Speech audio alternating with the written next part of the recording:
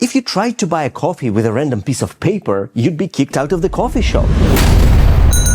But historically, nations had all kinds of crazy money, including playing cards. I'm looking at you, Canada. Because money is an illusion. Money is the most successful magic trick in history and the biggest lie humanity ever believed. But it hasn't always been like that. Money as a tool has been around for thousands of years. So, how did we get here? And more importantly, what happens to your money when the illusion finally breaks? Chapter 1. 7 cows for a stone donut. They tell us that before money, people used barter. But did they really? Hi, I'd like to buy 2 mangoes, please. Do you take this? Only if you throw in a goat. But I don't have a goat. I'll trade you this stone that looks like a dog for this sock. Is it magical? No, but it's heavy and pointless. Sold. Yes! So, do you want a stone duck? This is barter. You want something, you offer something in return. But what if nobody wants your sock or your duck rock? We need some kind of standard, man, like shells or coins or, I don't know, giant stone donuts? Hold that thought. You see, there is no evidence that barter economies like this ever existed. Sure, barter happened, but communities generally operated on credit and trust. For instance, I know you'll have a goat by the end of the month, but you need socks now. I'll make a deal with you. I'll give you the socks today, and you'll promise me the goat later. Since this is not a fair exchange, I'll provide you with more socks over the following months to balance it out. So it wasn't just trading goats for socks here and now. Still waiting for my goat, Kevin. But as communities grew, trust started to run thin. So what did people do? In many parts of the world, they started using cowrie shells. Why? Because they're durable, beautiful, and scarce. It's really hard to get them. And that's the definition of money. Something that everyone wants, but is hard to get. What are you doing? Shell laundering. Heard that's what rich people do. But shell laundry means hiding illegally obtained shells by moving them through legitimate shell businesses, not washing them literally. The shell economy was everywhere. Cowries were so important in China that many characters related to money or trade contained the character for cowrie. But what if you lived far away from the ocean and didn't have access to cowrie shells? Another common... Cows. It was cows. Everyone had them. Everyone needed them. And most importantly, you couldn't fake one. I mean, how do you forge a cow without modern editing magic?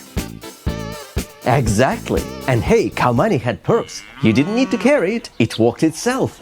But try taking a cow into a city market to buy, say, bread. Oi, no cows allowed. Are you blind? Look at the sign. So beautiful shells and cattle were still tangible assets, goods that everyone actually wanted. There was no illusion of value yet, but they were obviously quite cumbersome to use. So the Babylonians had a better idea. How much for the sandals? 2 discs and 2 cones. What? Take it or leave it. That's 1 disc max! Clay discs and cones? Very different from cowrie shells. Who needs shells? Our cones represent barley, discs are sheep. It's like IOU. It means that I want to sell these beautiful sandals worth 2 sheep and 2 heaps of barley to this miser who only wants to give me 1 sheep and no barley at all. Over 5,000 years ago in Mesopotamia, people tracked debts with clay tokens sealed inside hollow clay bowls. On the bowls they marked what was inside. Here we have 3 cones, which was 3 barley. Eventually someone realized they didn't need to put the tokens inside the bowl at all. They could just use a clay tablet with impressed symbols representing the tokens. That was much neater than coming to the market with all the cows, sheep, and heaps of barley. But what if you think about money from a different angle entirely? We are on the island of Yap, and what's that behind me? That is money too. These limestone discs are called rice stones. Some are as small as a coin, while others are over 12 feet high. But how do you buy something with a gigantic disc like that? I mean, it weighs a ton. How do you bring it to the market? You don't. Everyone just remembers that it now belongs to you. The island of Yap had no limestone quarries, so they had to make multi-day voyages by canoe to bring the stones home. Once upon a time, a storm broke out, and a canoe capsized, sending the disc to the bottom of the sea. Fortunately, the sailors survived to tell the tale. So was this money lost? Not at all. The islanders just remembered who owned it and kept using it as usual. For real. Because it wasn't about the stone itself. It was about the shared belief and the trust that the money is out there somewhere. Honestly, kinda like modern money. Chapter 2. The Money. Around 2,500 years ago, Lydia, a kingdom in modern-day Turkey, was mining a lot of gold-silver alloy called electrum. They started taking lumps of electrum, breaking them into standard sizes, and stamping the image of a lion onto each lump. Convenient for trade and for our story. The Lydians invented coins. The Chinese independently invented coins too, but they went a step further. Their coins had a hole in the middle. But why? Because we had a great idea. Look! This string is exactly 100 coins long. Just thread them on, no counting needed. Brilliant! Coins became the primary form of money. They were still real, made from rare metals or alloys, and the value of the coin was equal to the value of the metal itself. This is Rome 2000 years ago, where a Roman emperor is about to become a magician. He's about to pull off a disappearing trick. Oh, I love disappearing tricks. Not this one. He's about to make your money disappear. But it's my money. Yeah, it's your money, until the state says otherwise. Ancient Roman coins had 95% silver in them. So, they were real. But Rome was a war machine, and war is expensive. Eventually, the emperors ran out of silver, so they looked for a shortcut. What if I melt down the silver coins and add a bit of cheap copper? Who's gonna notice? Fast forward a few emperors, Roman coins had less than 2% silver in them. But the emperors forgot one thing. People aren't stupid. Merchants realized that the coins were a lie, so they hiked their prices. Inflation skyrocketed. Sound familiar? Grandpa once told me that he bought this toga for 10 denarii. Now it costs 500. You see, when money becomes an illusion, it only works as long as the majority of people believe in it. But as soon as that trust evaporates, the illusion collapses. So what did the emperor do? From now on, when collecting taxes, the government will no longer accept the usual Roman denarii coins. What? How do we pay then? You can pay with gold, or you can buy our new gold coins with your grain and your land. But I don't have anything. I only have the not-so-silver coins you gave me. Right, Rome completely abandoned its own currency. This hit the poorest the hardest. The trash money they had became worthless overnight. Meanwhile, the rich, who had their money in gold and other assets, could buy the new coins and stay wealthy. But if you think a copper coin pretending to be silver is a wild trick, wait until we get to China. They're about to make money even less real. Coins are so heavy, it's difficult to carry them. What if I store people's money and give them paper receipts, saying how much they own? And these receipts were transferable. So when people wanted to buy something, they just exchanged these receipts for the goods. The paper itself became money. Other merchants followed suit, until somebody realized, I can print as many receipts as I like. Who cares if I actually have the money to back it up? This was the ancient Chinese version of just trust me, bro, and also the absolute illusion of money. Right, who's gonna know? People? It turned ugly pretty quickly, like bank collapsing ugly. Lawsuits, mass panic, people lost their savings. The Chinese government eventually stepped in to take control of paper money. New rule, from now on only the government can print money. Here are some of the early bills. On many of them there was a warning. Whoever forges this note shall be beheaded. Did it work? Well, the earliest surviving printing plates we found for paper money are counterfeits, so not exactly. By the 1200s, China was the most economically advanced country in the world, and that's when the Mongols showed up. You'd think that was the end of paper money, but nope. Enter Kublai, grandson of Genghis Khan, emperor, enthusiast of finance. Bronze coins are so inconvenient, heavy, and old-fashioned. I proclaim bronze coins illegal. From now on, people can only use paper money. But what if people keep using coins? Then they shall be executed on the spot. Buried alive, crushed by elephants, eaten by accountancy scrolls. That's the Mongol energy I was waiting for. Now, this paper money was still backed by bronze. But then Kublai had another idea. I'm going to attack Japan. He failed miserably, so he had a new idea. I'm going to attack Japan. He really didn't want to let go of Japan. And he failed again and wasted a ton of money doing it, which led to his third brilliant idea. I'm going to make new paper money, not backed by bronze at all.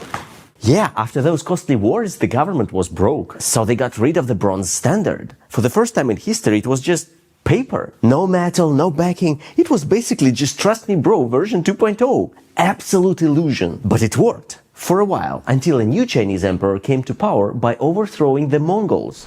Make China great again! No more paper money! He went back to an ancient system of tribute and redistribution, in which the government took everything people produced and redistributed it among the population. Trade died, innovation died. People switched to lumps of silver as money, but often to no money at all. Chapter 3. Who is late to the party? Europe. While China was experimenting with paper money, Europe was still lugging around heavy bags of coins. And it was a massive headache. In 14th century Venice, money changers started storing people's gold and lending it out to others. But since we're in Italy, it's time for some pizza.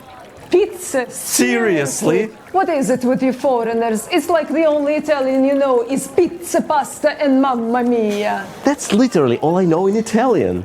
Tragic. We're banchieri. We take gold and give you a receipt. It's a paper, but you can use it like money. They did all this while sitting on benches on a bridge over the Grand Canal. That's why they were called banchieri, bench sitters. And yep, that's where the word bank comes from. But this was not paper money yet, not like China used to have. Coins were still the main currency, and ever since coins were invented, criminals tried to cheat the system by clipping edges or shaking them in bags to collect bits of silver or gold dust. But that devalued the coins. So the UK in the 1600s was a mess. 2 pennies. Here you go. This one's barely half a penny. Look at it. It's tiny. What? You said 2. I gave you 2. Your stinky bread isn't worth that much anyway. Oh, I'll show you what it's worth. So yeah, every payment became a guessing game or a fight club. Depends. So, how to solve this problem? Oh, I know! Isaac Newton, everybody. Turns out he wasn't just a scientist, but also the warden of the Royal Mint.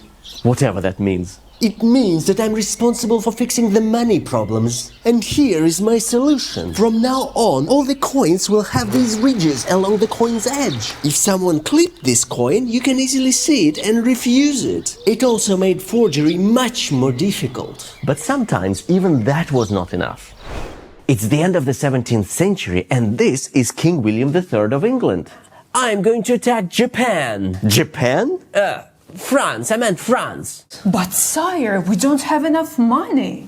Not to worry, we're going to create a bank that's going to lend money to the government. Yep, they literally created a national bank just so they could borrow from it. But here's the thing, the bank also issued banknotes that people could exchange for gold, or just spend like regular money, but not paper money yet, just IOUs. War money, haha, France, prepare to be slightly annoyed by our very moderately funded army. Also, Your Majesty, we've accidentally invented a system of national debt that's gonna last for centuries. Perfect! What could possibly go wrong? So many things. But that's for another video on how governments ruin economies and start crises. Subscribe so you don't miss it. Meanwhile, Sweden had a totally different set of problems. It spent most of its gold and silver on establishing itself as an emerging European power, so naturally it shifted to copper for coinage. But copper is much cheaper than silver, which means... one fish, please. That'll be 3 euro. This is 3 euro. Looks more like 2.75. It's chipped. I broke my card getting it here. Yeah, that's true. Sweden's copper plate coins weighed up to 44 pounds. You'd need a small army of workers just to pay your rent. Eventually, someone said, hey, what if we didn't do this? So in 1661, Sweden became the first country in Europe to issue paper money. But it was still backed by copper, meaning every note said you can exchange this note for a 40-pound copper brick. And finally, you could pay for lunch without doing heavy lifting. But there was a catch. The system only worked if the government actually possessed copper, silver or gold. But what if you were a tiny colony at the edge of the world and the ship from Europe full of gold to pay the wages never arrived? You had to improvise. Canada, then a French colony, came up with the wildest solution. Open up! I know you're in there! Where's the king's gold? We haven't been paid in months! We're gonna feed you to a moose! The ship from France is late. I have no gold. I have a gambling problem. No, wait. I have a gambling solution. The moose looks hungry, and so are we! I'm the colonial administrator of New France. I'm the government. If I say this piece of cardboard is worth 40 livres, who's gonna argue with me? Behold your wages. Can I buy beer with the Queen of Diamonds? Yes, because I said so.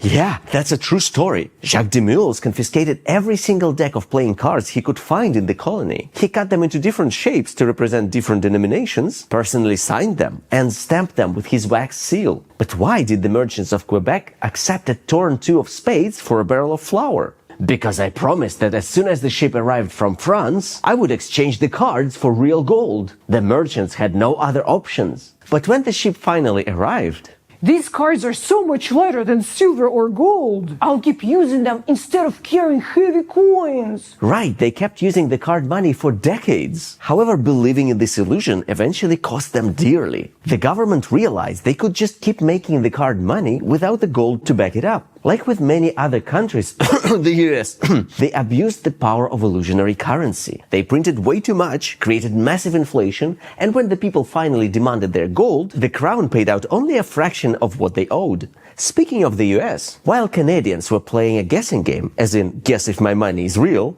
Americans were playing guess if my bank is real. Is this enough? Okay, let's see. We've got a Bank of Commerce, a railroad bank, and is this Santa Claus money? It's from the St. Nicholas Bank, obviously. Yeah, that was a real thing. In the early US, there was no national currency. Every bank could print its own money. There were hundreds of different notes, all with different designs, values, and levels of sketchiness, including Santa Claus dollars. It was chaos. Some notes were backed by gold, others by vibes. Banks would fail, and suddenly your money was worth nothing. Ah, I see. It's legit. The magazine he's using is called Banknote Reporter. It listed every known banknote and how much it was actually worth that week. As you can imagine, buying something was difficult. And it would stay difficult until 1865 when Lincoln said, "We are broke!" Well, maybe he didn't say it like that, but that's what he meant. The Civil War had left the US broke. Both the government and private banks kept printing money. Inflation soared, trust tanked. So the government finally said, "Enough! One currency, the US dollar, backed by gold." And that's how Santa got kicked out of the banking system. Eventually, the US and the rest of the world settled on a very rigid system to force people to trust the illusion, the gold standard. The rule was simple. For every paper dollar or pound you print, you must have the physical gold sitting in a vault. But governments never listened to their own rules. To fund the two world wars, European countries printed way more money than they actually had in gold. And afterwards, they couldn't return to the standard. They simply didn't have enough gold left. But guess who had piles of it? America. So world leaders agreed, let's just peg everything to the US dollar. And since the dollar is pegged to gold, it will work as the gold standard. Just, with America as the middleman. And it all worked well until 1971, when Nixon went on TV and said, I have directed Secretary Connally to suspend temporarily the convertibility of the dollar into gold. Spoiler, it was not temporary. Chapter 4. Kryptonite.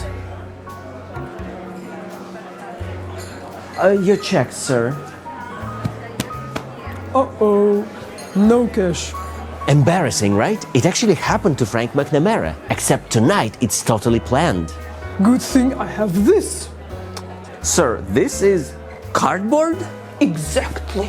It's a Diners Club card. I eat now, Diners Club pays you later. And then they bill me monthly. Revolutionary, huh? Suspiciously like an IOU, sir. A very sophisticated IOU, thank you very much. And that's how credit cards were born. People like Frank never had to carry wads of cash again, or face washing dishes to pay the tab. Ha ha ha ha, no dishes for me.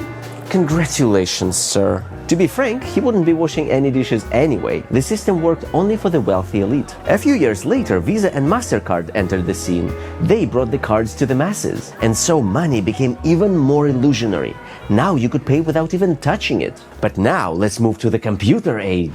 Death to taxation, yes to crypto anarchy. Arise, brothers and sisters, for we have nothing to lose. Sounds like we're in cyberpunk, but it is 1992 and Timothy May has just published the Crypto Anarchist Manifesto, a fiery call for untraceable digital money and the downfall of state power. At first, nobody took him seriously. Please, take my manifesto.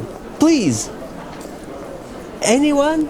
Over the years, he gathered a group of anarchist coders who were trying to create crypto money. But it was a hard thing to do. After many published papers and failed attempts, a mysterious email arrived. I was very interested in your work. I'm getting ready to release a paper that expands on your ideas into a complete working system. And that's how Bitcoin was born, except who sent that email? The name was Satoshi Nakamoto, but nobody actually knows who this person or people were. An illusion created by an illusionist, who is an illusion themselves. But are Bitcoin or other crypto coins actually money? Well, if you can use them to buy things, then yes. And the first such trade happened in 2010. This is Laszlo Haniec, who is hungry for pizza, but also hungry to prove that Bitcoin has real value. Right! I posted on the forum offering 10,000 Bitcoins to anyone who could deliver pizza to my house. Your pizza's here, man.